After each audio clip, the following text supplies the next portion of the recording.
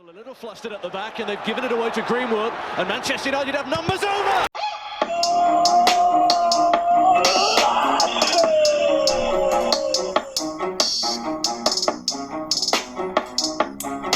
Spare for Guardiola, joy for Mourinho. Hey guys, welcome to the Pythagoras Perspective. In today's edition, I'm going to be discussing the fast-rising English star and the ambidextrous assassin, Mason Greenwood. We'll start off with a tactical analysis, followed by a technical analysis. And please do feel free to like, share and subscribe and leave your comments below. We'll start off by looking at Mason Greenwood's time in the academy. Now, Mason began playing for Manchester United for the club's development school in Halifax from the age of 6 years old. After progressing rapidly through the academy ranks and earning a reputation as the most talented United youngster since Ravel Morrison, he joined up with the under-18 squad despite being eligible for the under-16 squad during the 2017-18 season and started to make the headlines for his potency in front of goal. Now, during his time in the academy, Greenwood played across the front line, favouring coming in from the right and showcasing his centre-forward capabilities with stunning ball striking, excellent hold-up skills, great movement and aerial ability in central areas. He also, during his time in the under-19s, played out on the left, which made him a very complete and versatile player. We're now going to look at Mason Greenwood's break into the first team under Ole Gunnar Solskjaer. Now, Solskjaer has been selecting this particular lineup a lot, with that front three of Rashford on the left, Martial through the centre, Greenwood on the right. And Greenwood's preferred route towards goal, or his favoured tactical option, is to slalom his way inwards into this area of the pitch where he looks to get strikes off on goal. That's his route one in his head. Now, he can shoot the ball in all manner of ways into the back of the net. As we can see, he prefers this option where he drills it through defenders' legs mostly with his left foot. But he can also curl it into the opposite corner or lace it across the ball into the opposite corner too. Now, in this position, he also likes to set up others such as Bruno Fernandes, Pogba, or look for Rashford when he's coming in off the flank. And he's effective in doing this because people are so scared of his shot that, as you can see, he attracts defenders and then he can set up other people. Now, what we've also seen from Greenwood is the fact that his right foot is incredibly potent, so he looks to shift the ball onto his right and get strikes off on goal. And what a right foot he has, as we can see here, just megs the keeper with ferocity and power.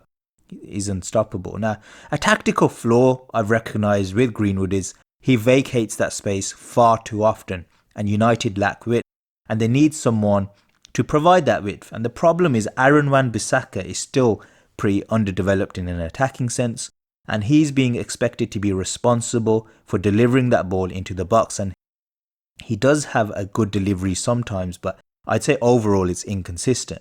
Now let's talk about the potential arrival of Sancho and how that affects Greenwood's future. Now, the thing with Sancho is he's going to be guaranteed first team football, whether it's on the right wing or on the left wing, and the other three are going to have to fight out for the remaining two positions.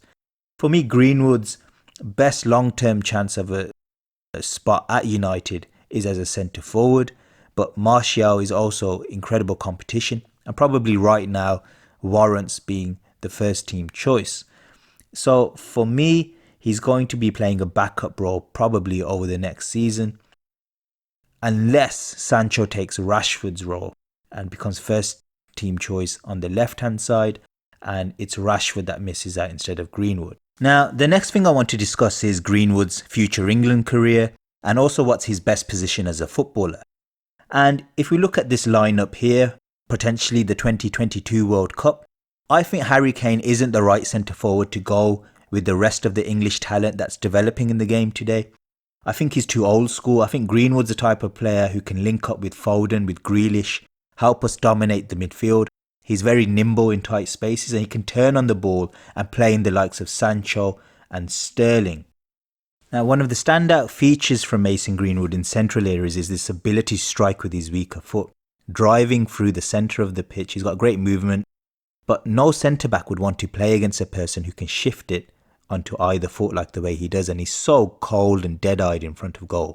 Another major tactical advantage of having Greenwood as the centre-forward instead of Harry Kane is his ability to change positions with his wingers and drift into these wide positions and be incredibly effective, not just at keeping possession but also creating and scoring goals himself. As we can see from this footage here, he is very comfortable on the left flank. I wouldn't say it's his best area on the pitch, but he's comfortable. He's definitely comfortable.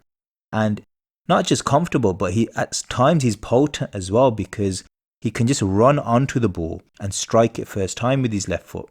We're now going to be conducting a technical analysis of Mason Greenwood, and first we'll look at his finishing. He's an incredible finisher, and by the end of his career he could be seen as one of the all-time best ball strikers in and around the box. But what makes him so potent? Well, his sheer range of finishing is outstanding. The fact that he's so two-footed that he can do all types of finishes, including chips, volleys, power shots from acute angles with either foot, means he has an arsenal of options at his disposal, whereas the defender's left with no options as to where to push Greenwood towards. And that makes defending a reactive rather than proactive endeavour, which means they're always a step behind. Secondly, his low backlift is incredible. It's hard to anticipate when he's about to unleash a shot, and that's why he gets so many finishes off between defenders' legs, as they're not in the right body shape to defend it. Thirdly, his accuracy. He's a bit Messi-like in the way that he passes the ball in from distances, for which an average footballer would need to put a lot more power into. We're now going to discuss Mason Greenwood's long distance shooting. Now, he reminds me a bit of Rivaldo in that both his feet are like bludgeons, as well as the fact that they can caress the ball with power as well. And that back lift again, it generates a lot of power without actually moving his leg back that much, and that takes defenders and goalkeepers by surprise. Look at that volley, incredibly beautiful. Set pieces, incredible free kick taker, and he can do it with either foot, which is just outrageous. Even at academy level you wouldn't see this, and takes penalties with either foot. So in terms of ball striking ability, this boy is complete. We're now going to look at Mason Greenwood's dribbling. I think he's got a lot of range of skills in his locker. That's why I called him the English Rivaldo. He's got a very Brazilian, South American style technique. He does have a lot of natural flair and feel for the ball. But one thing which I wanted to discuss was the fact that he's definitely a left-footed ball carrier. A lot of people said he's an ambidextrous ball carrier. He's not really. He's not a Pedro or a Cazorla who takes a lot of touches with his opposite foot. I mean, yes, he does it there, but generally definitely prefers his left. We're now going to take a closer look at his hold-up and his link-up play. And I've said I see him as a centre-forward of the future. He's very natural with his back to goal. It's almost like he's got eyes on the back of his head, and that makes him incredibly dangerous. It's a bit Van Basten-like, his intelligence. His heading's quite strong, as we can see here. You can't imagine someone like Martial or Rashford doing it. This is what a natural centre-forward does, and he's got that in his locker. Look at that pass. It looks easy, but it's difficult to execute because you're not facing the goal. And he's quite strong. He's got that wiry strength, but he can pull off very audacious one-touch passes. And look at this touch. It's a bit Bergkamp-like. So definitely for me, he's got the strength and he will get stronger. You already look at him. His physique's getting bigger and bigger. He will be a centre-forward, in my opinion. He's got that natural hold-up play. We're now going to look at Greenwood's short passing, which relative to the other strengths in his game is probably a bit of a weakness. The reason why I say that is even though he's incredibly intelligent in possession compared to a Marcus Rashford who makes a lot of brain-dead decisions sometimes on the ball, Greenwood, compared to his talent level, is probably underachieving in this respect. He needs to show a bit more flair with his passes, not just play the safe ball, but this is something which will come the more he's secure of his spot at first team level, and he'll be more likely to make these type of passes which are more audacious, more game breaking type of assists. As we can see here, he can definitely spot gaps in between players. In terms of his long passing, he's got good long passing. Obviously he's a very strong ball striker, it's to be expected. He can hit passes of either foot, one touch, and switch the play, as we can see here. So these are aspects of his game which I want to see more and more as he becomes a senior level player.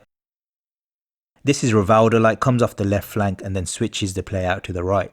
Now his work ethic's been pretty impressive, especially when you compare it to someone, say Martial, when he played out wide. What Greenwood shows is an endeavour, a willingness, a reading of the game from a defensive perspective. He can put his body about and retrieve the ball and turn defence into attack instantaneously. Now, I wouldn't put him on par with Firmino, but he does show that he's got what it takes to be the modern striker and press from the front. In conclusion, for me, Greenwood's position in the long term has to be in a central position. I think his weaknesses are more exacerbated when he's being played in a wider position.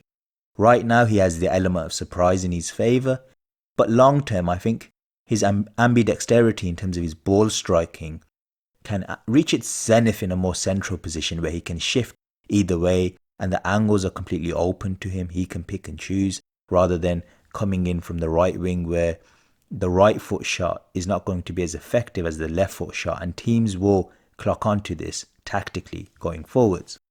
I also think his ceiling as a right wing forward is not as high as an Arjen Robben, simply because he doesn't really have the pace and he has a tendency to vacate the area and play in central areas, which inverted wingers are expected to do to a degree. But if you compare it to a Mahrez, for example, he has a balance between when he wants to come in and he also holds the position at wide and gives his team width. Whereas I think Greenwood doesn't do that enough for me, and he also lacks top end pace for that position. Anyway guys, hope you enjoyed that video. Please like, share and subscribe and leave your comments below. Who do you think out of Martial, Rashford and Mason is going to miss out on a starting berth when someone like Jadon Sancho arrives? And do you think Greenwood is the answer in terms of being the successor for Harry Kane in the England setup? See you guys again next time. Bye.